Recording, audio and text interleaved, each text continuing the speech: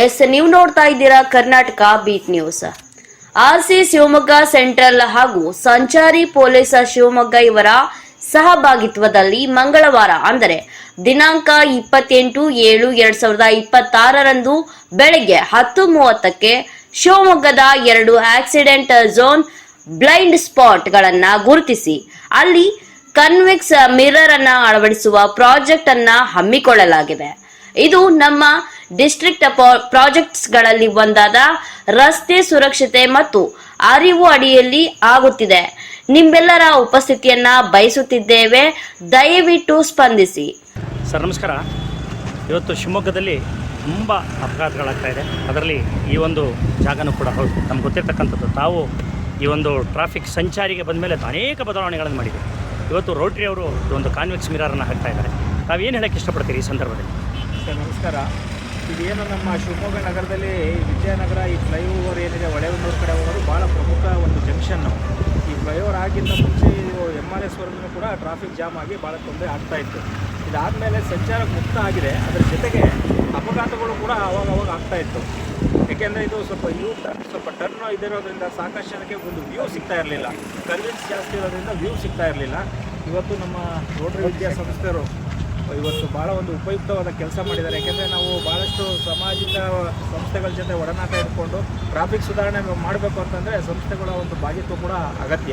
So ಆ ನಿಟ್ಟಿನಲ್ಲಿ ಇವತ್ತು ಶಿವಮೊಗ್ಗ ನಮ್ಮ ರೋಟರಿ ಅವರು ಈ ಒಂದು ಕಾನ್ವೆಕ್ಸ್ ಮಿರರನ್ನು ಅಳವಡಿಸಿದ್ದಾರೆ.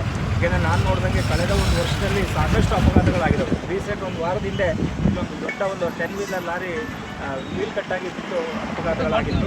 ಸೊ ಈ ಒಂದು ಕಾನ್ವೆಕ್ಸ್ ಮಿರರಲ್ಲಿ ಅಳವಡಿಸುವ ಮುಖಾಂತರ ಮುಂದಿನ ದಿನಗಳಲ್ಲಿ ಅಪಘಾತಗಳನ್ನು ತಡೆಗಟ್ಟುವ ನಿಟ್ಟಿನಲ್ಲಿ ಇದು ಪರಿಣಾಮಕಾರಿಯಾಗಿ ಆಗ್ತದೆ ಅಂತ ನಾನದು ಭಾವಿಸ್ತೀನಿ. ಸೊ ಇದನ್ನು ಅಳವಡಿಸಿಕೊಟ್ಟ ಸಂಸ್ಥೆಯವರಿಗೆ ನಾನು ಪೊಲೀಸ್ ಇಲಾಖೆ ವತಿಯಿಂದ ಮತ್ತು ವಿಶೇಷವಾಗಿ ಶಿವಮೊಗ್ಗ ನಗರ ಸಂಚಾರ ಪೊಲೀಸ್ ವತಿಯಿಂದ ಧನ್ಯವಾದಗಳನ್ನ ತಿಳಿಸ್ಲಿಕ್ಕೆ ಇಷ್ಟಪಡ್ತೀನಿ. ಕಾನ್ವೆಕ್ಸ್ ಮಿರರ್ ಅಲ್ಲದೆ ಮತ್ತೆ ಇಲ್ಲಿ ಏನು ಬದಲಾವಣೆ ತರ್ಬೋದು ಅಂತ ಹೇಳ್ತೀರಿ ಸರ್? ತಾವು ತುಂಬ ಈ ವಿಚಾರದಲ್ಲಿ ತುಂಬ ತಮಗೆ ಎಕ್ಸ್ಪೀರಿಯನ್ಸ್ ಇದೆ. ಏನು ಹೇಳೋಕ್ಕೆ ಇಷ್ಟಪಡ್ತೀರಿ ಈ ಒಂದು ಫ್ಲೈಓವರ್ ಮೇಲೆ? ಈಗಾಗಲೇ ಶಿವಮೊಗ್ಗದಲ್ಲಿ 3-4 ಫ್ಲೈಓವರ್ ಇದೆ. ಎಲ್ಲವೂ ಅಪಘಾತಗಳ ಜಂಕ್ಷನ್ನೇ.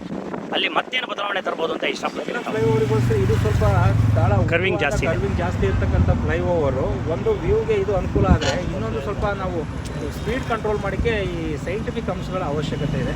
ಅದು ಒಂದು ಕೂಡ ನಾವು ಮಹಾನಗರ ಪಾಲಿಕೆಯ ಜೊತೆ ಮಾತಾಡಿ ದಿನಗಳಲ್ಲಿ ಅದನ್ನು ಅಳವಡಿಸೋ ಪ್ರಯತ್ನ ಮಾಡ್ತೀವಿ. ಮತ್ತು ಭಾಳ ಮುಖ್ಯವಾಗಿ ಸಂಚಾರ ಚಾಲಕರೇನಿದ್ದಾರೆ ಅವರು ಜಾಗ್ರತೆ ನಿಯಮಗಳನ್ನ ಪಾಲನೆ ಮಾಡಿದ್ರೆ ಅಪಘಾತಗಳು ಒಂದು 50% ಅಲ್ಲೇ ಕಡಿಮೆ ಆಗ್ತದೆ. ಸೊ ಆ ನಿಟ್ಟಿನಲ್ಲೂ ಕೂಡ ಜಾಗೃತಿ ಮೂಡಿಸೋ ಪ್ರಯತ್ನ ಮಾಡ್ತೀವಿ. ಮೊದಲ ಕಾರ್ಯಕ್ರಮ ಬೆಳಿಗ್ಗೆ 10:30ಕ್ಕೆ ವಿದ್ಯಾನಗರ ಫ್ಲೈಓವರ್ನಲ್ಲಿ ನೆರವೇರಲಿದ್ದು, ನಂತರ 11:15 ಸಮಯಕ್ಕೆ ಎಲ್ಲರೂ ಕೀರ್ತಿ ನಗರಕ್ಕೆ ತಲುಪಿ 2ನೇ ಕಾರ್ಯಕ್ರಮಕ್ಕೆ ಚಾಲನೆ ದೊರೆಯಲಿದೆ. 2 ಸ್ಥಳಗಳಲ್ಲಿ ನಿಮ್ಮ ಉಪಸ್ಥಿತಿಯನ್ನ ಬಯಸುತ್ತಿದ್ದೇವೆ. ದಯವಿಟ್ಟು ತಪ್ಪದೇ ಆಗಮಿಸಿ. ಕೃತಜ್ಞತೆಗಳೊಂದಿಗೆ ಅಧ್ಯಕ್ಷರು ಮತ್ತು ಕಾರ್ಯದರ್ಶಿಗಳು. ಸರ್ ಆಮೇಲೆ ಇನ್ನೊಂದು ಸಾರ್ವಜನಿಕರದ್ದು ಒಂದು ಪ್ರಶ್ನೆ ಇದೆ. ಅವರ ಪರವಾಗಿ ನಾನು ನಿಮ್ಮಲ್ಲಿ ಕೇಳ್ತಾ ಇದ್ದೀನಿ.